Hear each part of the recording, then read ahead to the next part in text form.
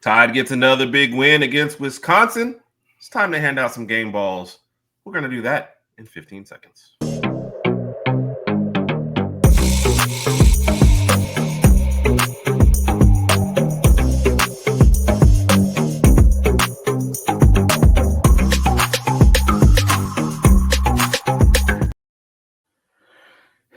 Back again. Jamming, man. Yep. Feeling good after a win. Herb N Rodg Podcast coming at you like we do every week. Going to give out our game balls, 2 from the offense, 2 from the defense, maybe throwing a wild card at you. Sometimes they're not going to be the obvious names. I feel like last week it was a 73-0 blowout. You pick some random names. This week, Raj, probably going to be some names that you're a little more. Some names we're familiar with. Yeah. Agreed. All right. Going to get straight into it. I get the first one this week. Number 1, the player that we have been trying to find a nickname for. We're working on it. Go out and see if it sticks. Yep. Yeah. Big Booty Bray Hubbard. With it, he gets the game ball. And I know you can look at the stats, right? You'll see the 2 interceptions. You'll see him, the amount of tackles he had. For me, it's just every time the ball was in play, Bray was after it. You could just tell. And look, he said it after we talked about the Florida State game. Hey, I saw the tape. I know I gotta do better. My attitude and my effort has to be better, right? After this game, you know what he said? We let him score. That's not the standard. We got to keep to it. Bray has the right attitude. But, man, I told people, and we said this when we were on Talking Bama on Sunday night as well, Raj. The play to me was Wisconsin had just set up a little screen, and they tossed it over. And, look, you could tell the whole defense was fooled. And I'm thinking, this dude is about to take off. The blocking was set. Everybody was behind him. And then all of a sudden, Bray came out of nowhere and turned this into a 2-yard gain. I don't know how Bray got there. Yeah. He went straight through all of the blockers and everything and just cut through and knocked it down. Bray was everywhere. Bray was on it. The 2 intersections were icing on the cake, but Bray gets the first game ball. Look good. Quick question with that. Do you think the criticism he received during the Florida State game has lit a really, really good fire under Bray Hubbard, or did you just expect this? So. Okay. Well, so Raj, we had the top-rated safety duo by PFF in the country, right? So there's a lot of expectations that come with it. And I bet you in Bray's mind, he's thinking everybody took one play from the Florida State game, right? Because we watched. Now you might say, hey, the whole game's bad, but the play that circulated was one play, right? And we watched that one ad nauseum. You like that word, Raj? And I know what Bray said. Okay. Yep. What they're going to do is watch me at my worst and use that to criticize me. So guess what? You're not going to see my worst ever again. So Bray was out there. I think so. Shout out to Big Booty Bray for the first game ball. Yes. All right. What you got, Raj? With that being said, game ball number 2 is going to go to LT Overton. Unfortunately, right now I don't have a fancy nickname for LT Overton. But with that being said, he he got the first sack that we recorded yesterday, and prior to that, I think Friday night when we gave out the things that we wanted to see with this for the Wisconsin game, one of the things that I alluded to was sacks and more pressure on the quarterback. And Herb will even tell you, Herb and Big Mike were at the game, and I was texting Herb every time we got a sack. I was so shocked. We ended up with 4 or 5 sacks yesterday. LT Overton had the first sack, and even without the sack, he was just getting pressure on Danny O'Neal throughout the game. So kudos to LT Overton for that. Obviously, he suffered the injury in the third quarter. It was described as a lower body injury. We're still waiting to hear what exactly is going on there and what is, as far as a timetable return. I'm hoping it's nothing too serious. We definitely need him back for the Georgia game. But yesterday, LT Overton looked good, got the first sack. My first game ball goes to LT Overton. I like it, Rush. No, well said. You don't penalize him for the injury. But he was really getting after it. I think we looked at his PFF grades were high for the pressures he put out there as well. Yep. So, and honestly, the bye is probably coming in a great time for him too. Exactly. So, heal up. Yep. Well-deserved game ball. Yeah. All right, my game ball number 2.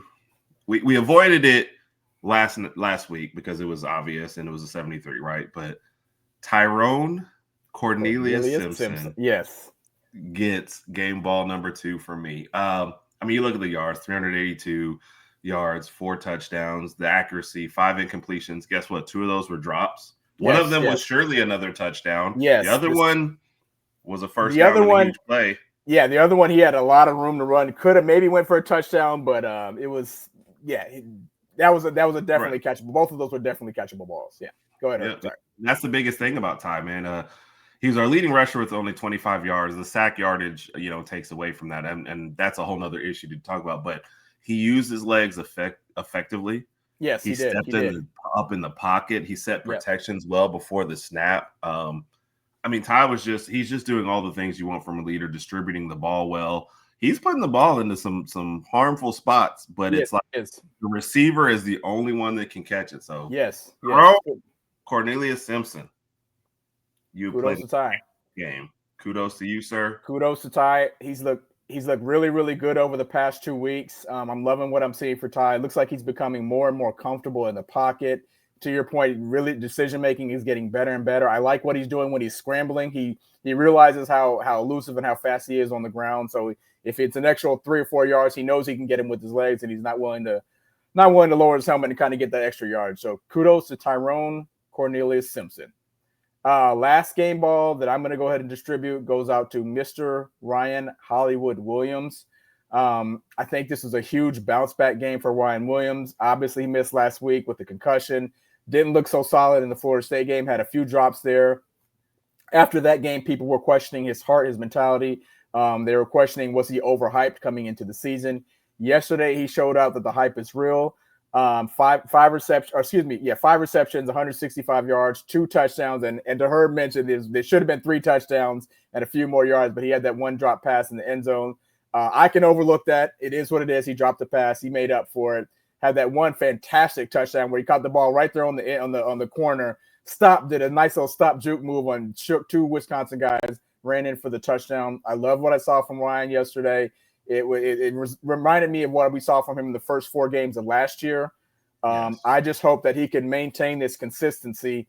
And Herb and some of the guys from Talking Bama alluded to this earlier, is that we can't see those drop balls in some of these bigger games as we progress through the season. Obviously, September 27, when we go to Athens, we can't afford to drop anything there. We're going to need all the help we can get on the offensive side of the ball. But Ryan showed out yesterday. Great looking from Ryan Hollywood Williams yesterday. Yes, sir. No, it was a great bounce back game for him. In Florida State, he took an L, but today he bounced back. Oh my gosh. Okay. Yes, and I think he's got a knack for the end zone, and he likes the bright lights. So a night game at Georgia might be exactly what he's looking for. So I think it'll continue on. So flashes of the greatness, man. You can just tell when the ball was in the air on that second touchdown, he was already making the moves in his mind how he was going to get to the end zone. Yep. And I think that's the best thing about him. Just throw it up, let him go get it, and let him make a play. Yep. 5th game ball surprise, Raj, not a player. Yep. Coach DeBoer wearing the all black because he's been paying black attention, hoodie tee, chewing people out on the sideline like everybody's been waiting to see. Coach DeBoer. And one of his former players said he's got that switch. Don't push him. So I guess he was like the Hulk. Good. He was like, don't make me angry. You're not going to like me when I'm angry. But shout out to Coach Hulk DeBoer. Yeah. We appreciate it, man. We love the attitude. We love the fire. There's still stuff to clean up. Everybody will admit it. And there always will be. The attitudes have changed, and you can tell these guys are fired up. We're going to give you kudos for that, man. Yes. Kudos, Coach DeBoer. We love what we're seeing. Yes, sir. Love you, Hulk. All right. That's it for this video, folks. We appreciate you. Like, subscribe, leave us a comment whether you thought we were right. Did we miss a game ball somewhere in there? Should we still show Jeremy Bernard love every week? That's one of the favorites. We love the Germinator. So, and LT Overton's going to need a nickname. Help us out, folks. We got to work on that. Yeah. Tune in to our Wednesday night show at 8 p.m. Central Standard Time, and then our Saturday night show whenever it is. Fourth quarter of the 6:30 games. We're usually on there doing a watch party and recapping the games events. See you guys. Everybody have a wonderful week. Roll Tide. Roll Tide.